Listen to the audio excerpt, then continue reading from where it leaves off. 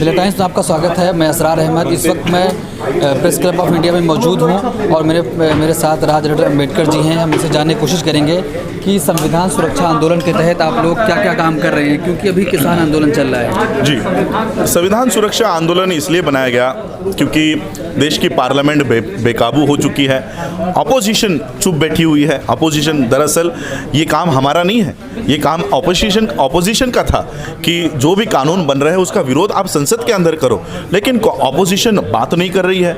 और इसलिए हम देश के जो लोग हैं, जो इस देश में रहते हैं, इस देश का पानी पीते हैं, इस देश की मिट्टी में रहते हैं, ये इस देश के लोकतंत्र को बचाना आज हमारी जिम्मेदारी है, क्योंकि अपोजिशन अपना काम नहीं कर रही है। अपोजिशन ने अगर अपना काम किया होता तो आज हमें अपना काम करने के लिए एक सेकंड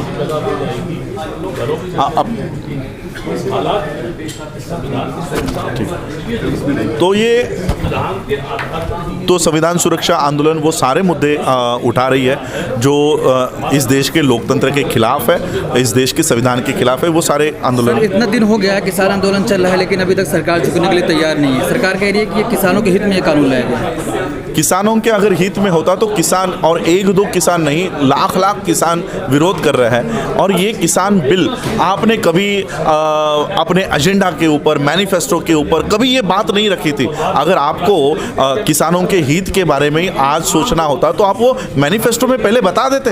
इनके मैनिफेस्टो में कभी किसान बिल का नाम नहीं है। और ये जो बिल, सबसे पहले ये बिल किसानों के विरोध में नहीं है, ये संविधान के विरोध में है। संविधान कहता है कि कोई भी कानून अगर लागू करना है तो वो बिल, वो एक्ट, वो बिल टेबल पर लाना चाहिए, उसके ऊपर चर्चा होनी चाहिए।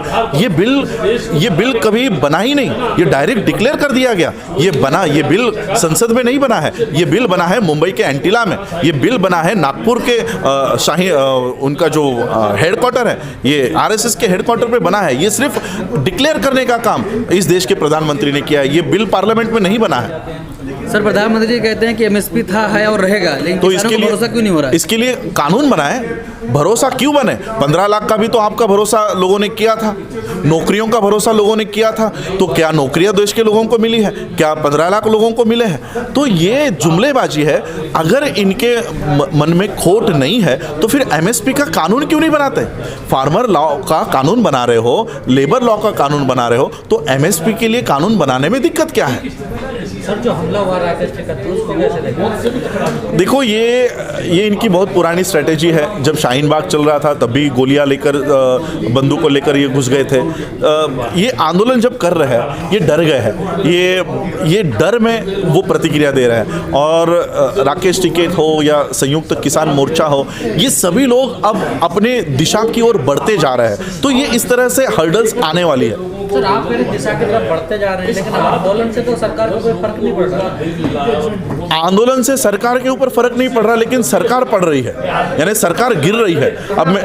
अभी हम पंजाब से जाकर आए हैं, अभी वहां पर लोकल बॉडीज की इलेक्शंस हुई है और सारे लोकल बॉडीज में एक भी बीजेपी की सीट वहां पर नहीं आई है। किसान आंदोलन की वजह से अगर सरकार के ऊपर अगर फर्क नहीं पड़ रहा है तो सरकार वहां से खत्म होने का काम शुरू हो चुका है। सर, पंजाब में तो पहले ही बीजेपी को हटा दिया था, इसमें और आंदोलन के वजह से और भी जो सीटें वहां पर लड़ाई गई थी वो भी साफ हो गई है। अगर ईवीएम का चक्कर नहीं चले तो ये बंगाल से भी साफ होंगे। सर, आप ईवीएम की बात कर रहे हैं, असम में बीजेपी नेता की गाड़ी में ईवीएम मिली है। तो वही तो कह रहा हूं ना कि अगर ईवीएम बैन हो जाए इस देश से तो इनके असली जो वोटिंग परसेंटेज है ना, वो हम लोगों के सामने आ जाएंगे। राजनीतिक पार्टियों के कुछ दबाव होंगे, कुछ उनकी मजबूरियां होंगी, इसलिए जो बात राजनीतिक, इसलिए मैंने कहा कि ये काम हमारा नहीं था, ये काम आपके ऑपोजिशन पार्टी का था। ऑपोजिशन पार्टी ईवीएम के बारे में कुछ बोलती ही नहीं है, तो जो बात ऑपोजिशन नहीं कर रही है वो बात देश की जनता करेगी। सर, किसानों की वार्ता बंद हो गई सरकार से, क्या लगता है आपको सरकार फिर से बात करने के लिए तैयार होगी या ऐसे आंदोलन चलता रहेगा? आंदोलन तो चलता रहेगा, क्योंकि जिन लोगों से हमारी मीटिंग हुई है, किसान संयुक्त मोर्चा के लोगों से, वो पूरी तैयारी में बैठे हुए हैं। आने वाले और 4-5 महीने की तैयारी से वो बैठे हुए हैं कि सरकार अगर बात भी उनसे नहीं करना चाहती तो जहाँ जहाँ पर इलेक्शंस हो रहे हैं ये संयुक्त किसान मोर्चा के लोग वहाँ जाकर बीजेपी के जो वोटिंग परसेंटेज है वो ख़त्म कर देंगे। सर, किसानों ने पश्चिम बंगाल के चुनाव को नाक का सवाल बना लिया है, क्या फर्क पड़ेगा? फर्क पड़ेगा, इसलिए मैंने कहा कि अगर ईवीएम का इस्तेमाल नहीं किया तो वहाँ पर भी इनका सफाया हो जाएगा।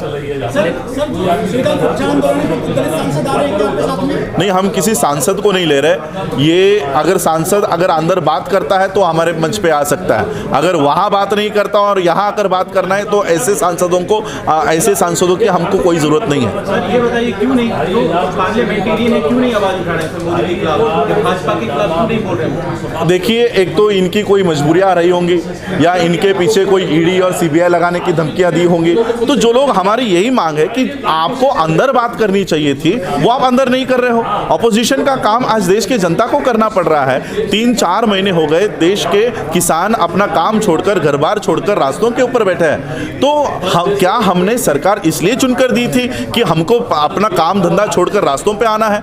तो जो काम अपोजिशन का था वो नहीं कर रही है, इसलिए वो काम हमको करना पड़ रहा है। सेक्टर का इंसान सड़कों पर आज विरोध करना चाहे बैंक कर्मी हो, LIC वाले हो, किसान हो, बेरोजगार छात्र हो, लेकिन सरकार को अपने वोट बैंक का डर नहीं है क्या? क्यों नहीं बात सुनना चाहती? सरकार इतने कॉन्फिडेंस में है कि वो देश के लोगों के साथ गद्दारी कर रही है, फिर भी ये कॉन्फिडेंस में है कि हम तो जीत कर आएंगे और 50 साल हम हटने वाले नहीं हैं। ये इसलिए है कि उनको पता है कि ये जो ईवीएम है ये हम बराबर मैनेज कर सकते हैं। सर, जो आवाज़ उठा रहे हैं सरकार के खिलाफ, उन्हीं के ऊपर सेडिशन लॉ लगा दिया जा रहा है। इसलिए तो हमने यूएपीए का विरोध किया है, सेडिशन एक्ट का विरोध किया है कि जो कोई भी लोग अपने हक और अधिकार की आवाज़ उठा रहे हैं, शेड्यूल कास्ट के लोग अगर आंदोलन करते हैं तो इनको नक्सलाइट बोल रहे हैं, मुस्लिम्स अगर कोई आंदोलन करता है तो इनको दहशतवादी बता देते हैं, और अभी देखिए किसान आंदोलन कर रहा है तो इनको खालिस्तानी बता दिया है। तो मैं हमेशा ये बात कहता हूँ, तो देशभक्त क्या प्रज्ञा सिंह ठाकुर है जिसने बॉम्ब स्फोट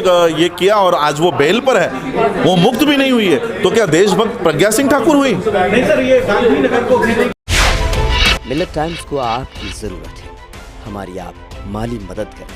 हर महीने सिर्फ 100 रुपये और 1 साल के लिए 1 साल सिर्फ 1000 रुपये। रकम भेजने के लिए यहाँ दिए गए फ़ोन पे, गूगल पे और पेटीएम नंबर का इस्तेमाल कर सकते हैं।